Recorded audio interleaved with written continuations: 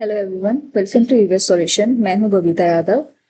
जैसा कि हम लोग जानते हैं कि यूजीसी नेट की नोटिफिकेशन आउट हो चुकी है एंड हमें 20th मई तक हम फॉर्म्स फिल कर सकते हैं एंड हमारी एग्जाम डेट है 22 जून की 30th जून। ठीक है। तो ऑलमोस्ट हमारे पास हमें पता है कि हमें 40 से 45 दिन ही रह गए हैं, 40 to 45 डेज ही हैं जो हमें प्रिपरेशन के लिए हमारे पास हैं अभी अभी फिलहाल के लिए। ठीक है। कल की वीडियो में हमने डिस्कस किया था कि हमें क्या स्ट्रैटेजी फॉलो करनी चाहिए इन लास्ट 40 to 45 डेज में। आज मैं आप लोगों को बताऊंगी कि हम कम से कम टाइम में ज्यादा से ज्यादा प्रीवियस ईयर क्वेश्चंस कैसे अटेम्प्ट कर सकते हैं। देखो, एक एक प्रीवियस ईयर पेपर में सिर्फ पेपर 1 की बात कर रही हूँ अभी, तो 50 क्वेश्चंस होते हैं उसमें। ठीक है।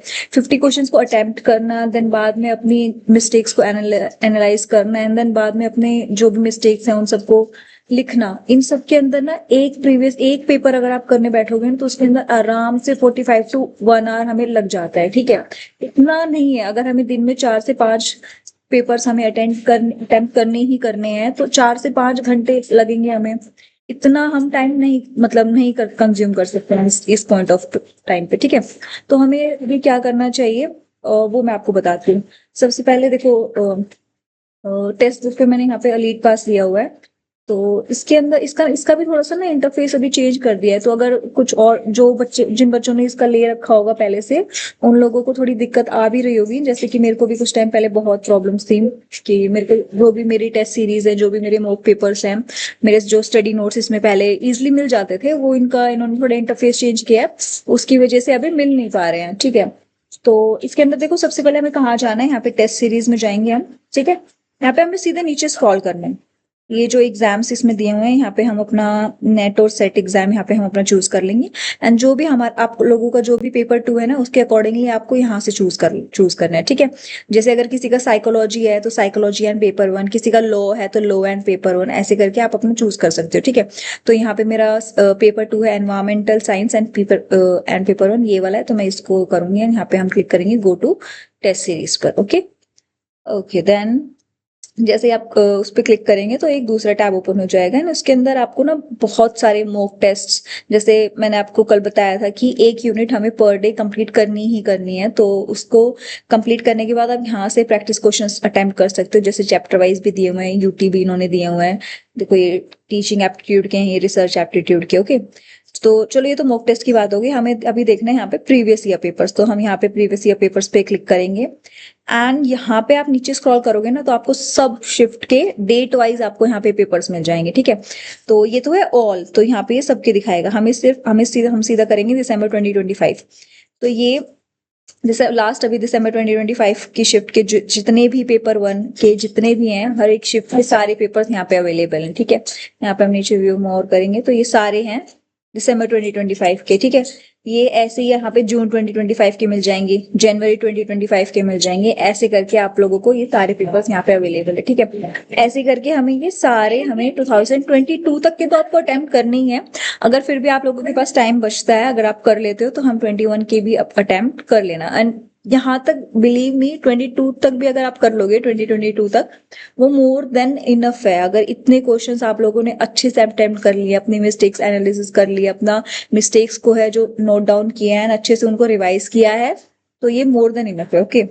तो ठीक है, हम यहाँ पे जैसे दिसंबर 2025 का एक पेपर ले लेते हैं। ठीक है। इसके अंदर हमें करना क्या है वो मैं बताती हूँ। अभी यहाँ पे देखो, ध्यान से देखना। हम कोई भी पेपर, जैसे 2 जनवरी का मैंने ये वाला शिफ्ट किया, स्टार्ट नाउ, पेपर को स्टार्ट करेंगे। ओके। एंड यहाँ पे एक बात अच्छी ये है कि एग्जैक्ट बिल्कुल वही इंटरफेस दिखाता है जो हम वहाँ पे एग्जाम देने जाते हैं, तो ये सेम है, हमें सेम वहाँ पे भी यही ऐसे ही सिलेक्ट करना है। यहाँ पे जैसे लैंग्वेज सेलेक्ट करनी है, डिक्लेरेशन पे टिक करना है, and I am ready to begin. ये सेम बिल्कुल एग्जाम में भी सेम ही आता है।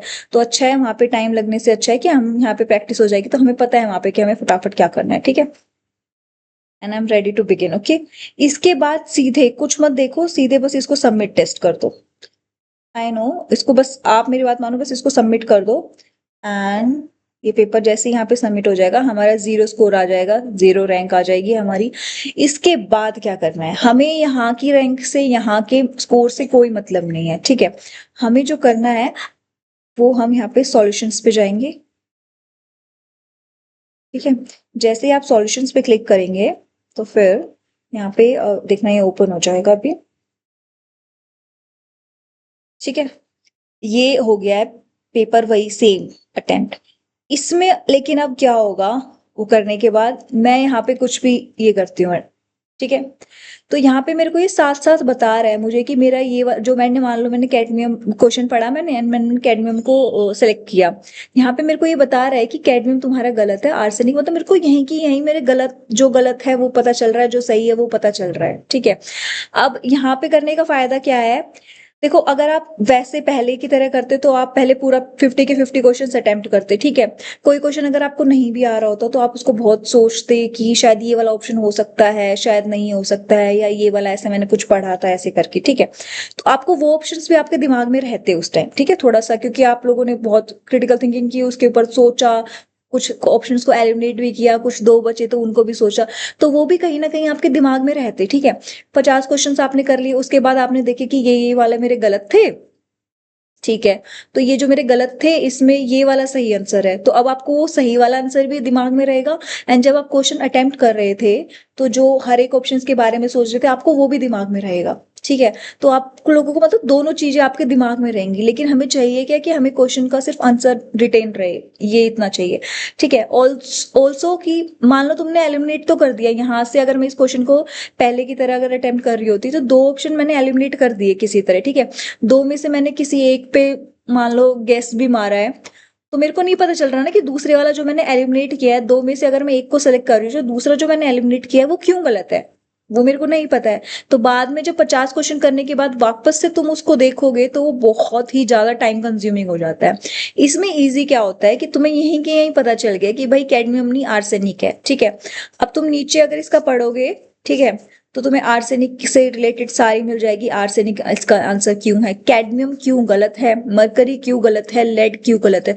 तो आपका ये काइंड ऑफ रिवीजन हो गया एक तरह से, ठीक है। चारों के चारों ऑप्शंस के बारे में आपने एक साथ यहीं की यहीं पढ़ लिया है, बस आपको एक फटाफट से ऊपर से रीडिंग देना है। मेरे को आता है तो ठीक है, नहीं आता है कुछ नई इन्फॉर्मेशन दिख रही है एंड आपको लगता है कि ये कुछ इंपॉर्टेंट है, तो उसको भी अपने साथ साथ उसी नोट्स में ऐसे नोट डाउन करते चलो। नोट डाउन कैसे करना है, बहुत ही छोटे छोटे छोटे छोटे नोट्स बनाने, ये नहीं कि पूरा का पूरा क्वेश्चन लिखने बैठ रहे हो और पूरे के पूरे ऑप्शंस लिखने बैठ रहे हो इसमें, ठीक है। सीधा सीधे हम इसमें जैसे ये लिख सकते हैं ब्लैक फुट डिजीज, ठीक है, ड्रिंकिंग वाटर में, एंड ब्रैकेट में ड्रिंकिंग वाटर, एंड किससे होती है, आर्सेनिक से होती है, कैडमियम से होती है, मर्क्यूरी से होती है, लेड से होती है। एंड अगर आर्सेनिक से ब्लैक फुट डिजीज होती है तो कैडमियम से कौन सी होती है, मरकरी से कौन सी होती है, ये क्या जो जो इन्फॉर्मेशन इसकी दी हुई है यहाँ पे, इसमें अगर आप लोगों को कुछ इंपॉर्टेंट लगता है तो उसको हम नोट डाउन कर लेंगे। ऐसे ही जैसे जिस कोई भी है मैंने ये कर दिया, ठीक है। तो अब इसमें यहाँ पे नीचे सारा इन्फॉर्मेशन दिया हुआ है कि पाइथन क्या है, सी क्या है, जावा क्या है, एंड गूगल अगर है तो वो क्यों है, ठीक है। यही ये वाले कुछ अगर आपको यहाँ पे नया लगता है तो आप अपने नोट्स में वहीं की वहीं एक रेड पेन से ना ऐड ऑन भी कर सकते हो ऐसे करके, ठीक है। वो मेन नोट्स जो आपने यूनिट वाइज बनाए हैं उसमें भी ऐड ऑन कर सकते हो, एंड बाद जो आप अपनी प्रीवियस ईयर पेपर्स के लिए जो नोट्स बना रहे हो उसमें भी ऐड ऑन कर सकते हो, ठीक है। तो ऐसे अटेम्प्ट करोगे ना तो I think advantage he advantage है इस ये वाले मेथड से अटेम्प्ट करने में। एक तो जल्दी भी हो जाएगा क्योंकि आप साथ के साथ कर रहे हो, देखो इसमें अब नेक्स्ट क्वेश्चन आपको वहीं की वहीं पता चल जाएगा कि आपका सही है या गलत है, एंड ऐसे करके, ठीक है। एंड फिर बाद में अगर आप लोगों को काउंट भी करना है कि मेरे कितने सही हुए कितने गलत हुए, तो भाई एक बार ऐसे प्रीवियस पे बटन पे क्लिक करके अपना काउंट कर लो कि कितने सही हैं और कितने गलत है। एक आपको ओवरव्यू भी मिल जाएगा कि हाँ इसमें ऑलमोस्ट मैंने इतने सही करे और इतने गलत करे, ठीक है। क्योंकि उस रैंक से और उस नंबर से हमें कोई मतलब नहीं है, वो एनीवेज वो हमारा कंपटीशन नहीं है। हमारा मेन अभी टारगेट ये है कि हम ज्यादा से ज्यादा प्रीवियस ईयर क्वेश्चंस अटेम्प्ट कर पाए। लेकिन अगर आप लोगों को फिर भी लगता है कि मेरे को एक बार कुछ होती है लोगों को कि मेरे को अपने देखने के कितने मार्क्स, तो आप 5-4 पेपर्स ऐसे अटेम्प्ट कर लो ना, 4 पेपर्स फटाफट से ऐसे अटेम्प्ट कर लो और 5वां पेपर जो है वो आप उस मेथड से अटेम्प्ट कर लो, आप लोगों को पता भी चल जाएगा कितने मार्क्स मेरे आ रहे हैं मॉक टेस्ट में, ठीक है, कितने नंबर आ रहे हैं मेरे, तो वो भी हो जाएगा। बट बेस्ट मेथड यही है, कम से कम टाइम में ज्यादा से ज्यादा प्रीवियस ईयर क्वेश्चंस अटेम्प्ट करने का सबसे बेस्ट मेथड यही है, ठीक है। तो आई होप आप लोगों को ये मेथड अच्छा लगा होगा, एंड आप लोगों को अच्छा लगा हो तो please follow me, hit the like button, and keep learning, keep watching. Bye bye, have a good day.